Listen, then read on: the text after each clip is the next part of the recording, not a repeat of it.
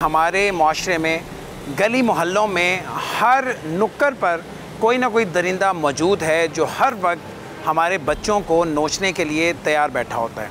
ऐसा ही एक दरिंदा पुलिस ने गिरफ़्तार किया है जिसने एक 8 साल की बच्ची को नोचा है। इस बच्ची के साथ ज़्यादती करने की कोशिश की गई। ये क्या मामला है, आज के प्रोग्राम में तफसील से इस पर बात करेंगे हमारे साथ। बहुत ही अनफॉर्चुनेट ये एक मामला है जिसमें 8 साल की बच्ची के साथ ज़्यादती की कोशिश की गई है या ज़्यादती की गई है, वो तो हम पुलिस से पूछेंगे। लेकिन हमारे माशरे में इस तरह के जो केसेस हैं ये बहुत सारे सामने आ रहे हैं। लाहौर जैसे शहर में हर दूसरे दिन इस तरह की एक ख़बर हमारे सामने आती है कि जिसमें जो माइनर है, जो बच्चा है या बच्ची है, उसके साथ ज़्यादती की जाती है या अटेम्प्ट की जाती है। तो आज हम थोड़ी इस पर भी बात करेंगे कि इसकी वजह क्या है, कोई कानून में सुकम है, इन लोगों को, इन दरिंदों को, मुल्ज़िमान को क्या सज़ा नहीं होती क्या तफ्तीश में कोई ऐसा सुकम रह जाता है, यह मामला क्या है, इस पर बात करेंगे। लेकिन पर्टिकुलरली इस केस पे हम बात करते हैं। मेरे साथ मुगीस अहमद हाशमी साहब जो कि एसपी इन्वेस्टिगेशन है इकबाल टाउन डिवीज़न के, इनसे हम बात करेंगे। मुल्ज़िम जो है इसमें उसे गिरफ़्तार कर लिया गया है। ये मामला क्या था, किस तरह ये हुआ है और मुल्ज़िमान को फिर कैसे गिरफ़्तार किया। मुगीस साहब शुक्रिया आपके वक्त का। ये रिपोर्ट मामला कैसे होता है आपको? ये एक दरख्वास्त की शक्ल में ये इंसिडेंट जो है वो पुलिस तक जब ये पहुंची फैमिली, तो वालिद जो बच्ची का है उसने अप्रोच किया और उसी के ऊपर ये रजिस्ट्रेशन FIR की जो है वो हुई।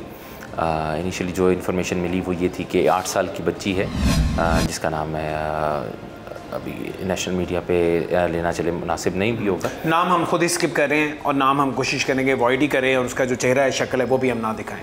बिल्कुल।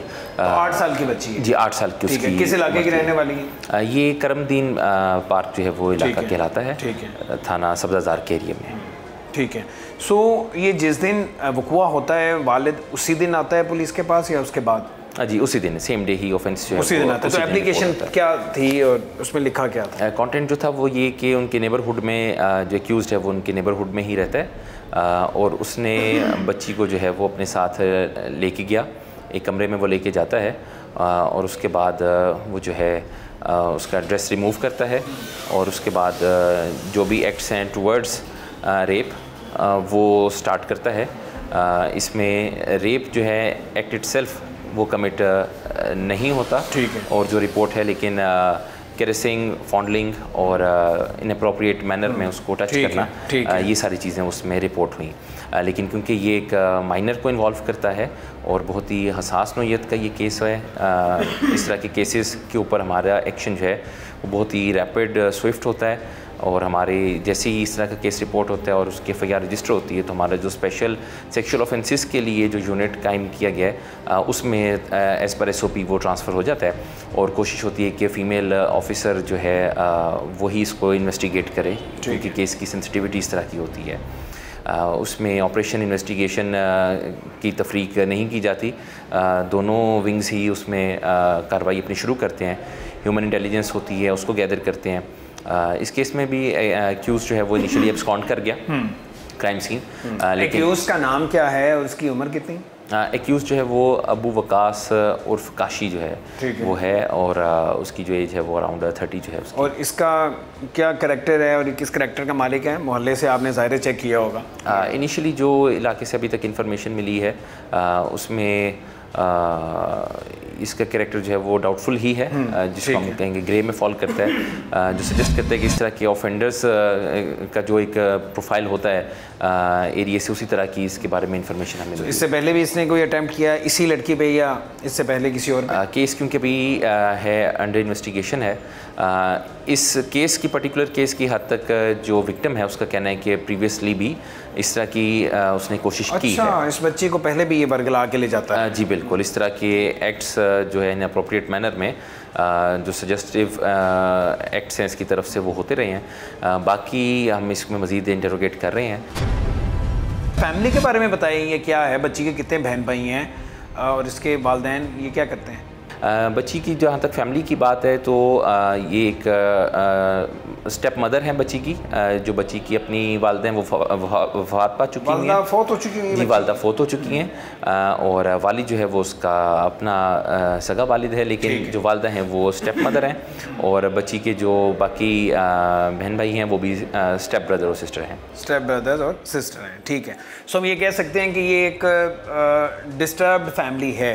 ज़ाहिर है कि अपनी वालिदा इसकी फ़ौत हो चुकी हुई है, फिर वालिद ने दूसरी शादी की, अब इसे वो केयर या वो अटेंशन घर में नहीं मिल रही होगी, ऐसे ही ऐसी फैमिलीज़ में देखा कि आमतौर पे कि ऐसी फैमिलीज़ जो होती हैं इसी वजह से ऐसे बच्चे अक्सर हमारे मुशाहिदे में आता है कि वो विक्टिम बन जाते हैं ऐसे केसेस में, क्योंकि समटाइम्स वो गैप एक क्रिएट हो जाता है। रियल पेरेंट आपका अगर एक ना हो जो केयर वो एक्सटेंड करता है, अक्सर केसेस में स्टेप पेरेंट की तरफ से वो केयर या तवज्जो नहीं दी जाती और इसी तरह से बच्चे फिर विक्टिम बन जाते हैं, वो ज़्यादा वल्नरेबल बन जाते हैं इस तरह के ऑफेंसेस में।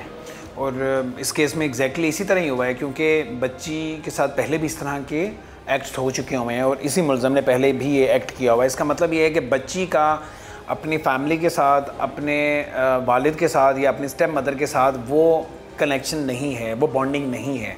अगर होती तो शायद जब पहली दफ़ा उसने ये एक्ट किया था तो उसने बता दिया होता। और यही हम अपने हर प्रोग्राम में बात करते हैं कि बच्चों का पेरेंट्स के साथ गैप नहीं होना चाहिए, इतना कॉन्फिडेंस देना चाहिए बच्चों को कि अगर बाहर वो जा रहे हैं, वैसे तो सबसे पहले तो इस तरह से अकेले बाहर जाना ही नहीं चाहिए, ख़ास तौर पे बच्चियों को और इस एज ग्रुप की बच्चियों को जो 8-10 साल ज़ाहिर इस एज में वल्नरेबल हो जाती हैं वो।